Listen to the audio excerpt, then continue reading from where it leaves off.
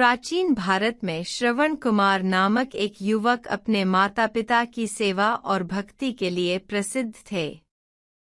वह एक गरीब ब्राह्मण परिवार में पैदा हुए थे।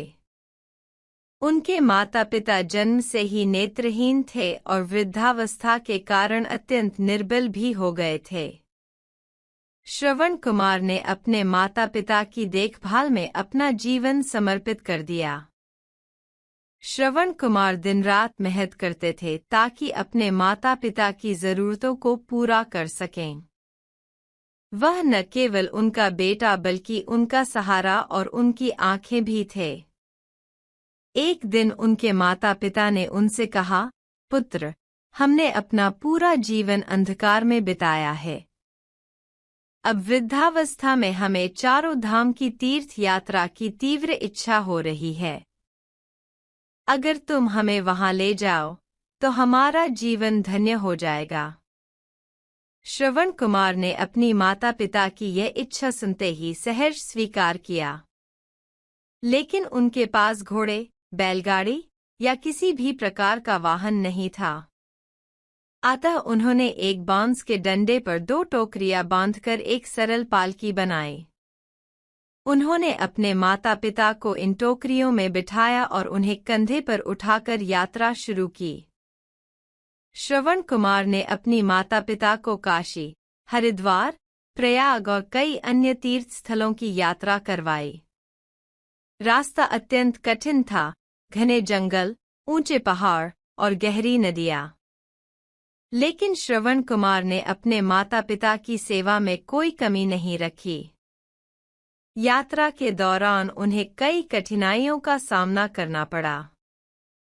बारिश, धूप और भूख की परवाह किए बिना वे हर परिस्थिति में अपने माता पिता का ध्यान रखते रहे। उनकी इस सेवा भावना ने लोगों का हृदय जीत लिया और वे जहां भी गए, लोग उनकी प्रशंसा करते। एक दिन वे तीनों जंगल से गुजर रहे थे। उनके माता पिता को प्यास लगी और उन्होंने श्रवण से पानी लाने को कहा। श्रवण कुमार पास के झरने से पानी लेने गए। उसी समय अयोध्या के राजा दशरथ शिकार के लिए जंगल में आए हुए थे। राजा दशरथ को झरने के पास से पानी की आवाज सुनाई दी। उन्होंने सोचा कि कोई हिरन पानी पी रहा है। बिना यह देखे कि वह कौन है, राजा ने झाड़ियों की ओर तीर चला दिया। तीर सीधे श्रवण कुमार को लग गया। गंभीर रूप से घायल श्रवण कुमार जमीन पर गिर पड़े। दर्द से कराहते हुए उन्होंने देखा कि राजा दशरथ उनके पास खड़े हैं। उन्होंने राजा से कहा, हे राजन, आपने एक निर्दोष व्यक्ति को मार दिया। मेरे माता पिता नेत्रहीन हैं और भूखे प्यासे मेरी प्रतीक्षा कर रहे हैं। कृपया उन्हें यह पानी पहुंचा दीजिए और उन्हें मेरी मृत्यु का समाचार दे दीजिए। श्रवण कुमार की यह बात सुनकर राजा दशरथ का हृदय द्रवित हो गया।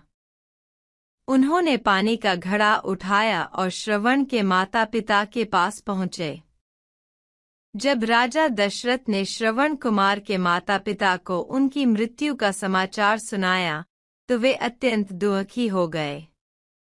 उन्होंने अपने बेटे को खोने के गहरे दर्द के साथ राजा को श्राप दिया, हे दशरथ, जैसे आज हम अपने पुत्र के वियोग में तड़प रहे हैं, वैसे ही एक दिन तुम भी अपने पुत्र के वियोग में तड़पोगे।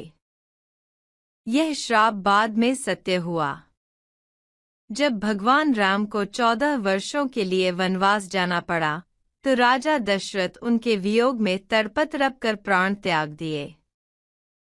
श्रवण कुमार की यह गाथा हमें सिखाती है कि माता पिता के प्रति प्रेम, सम्मान और सेवा ही सबसे बड़ा धर्म है। उनकी सेवा करना जीवन का सर्वोच्च कर्तव्य है।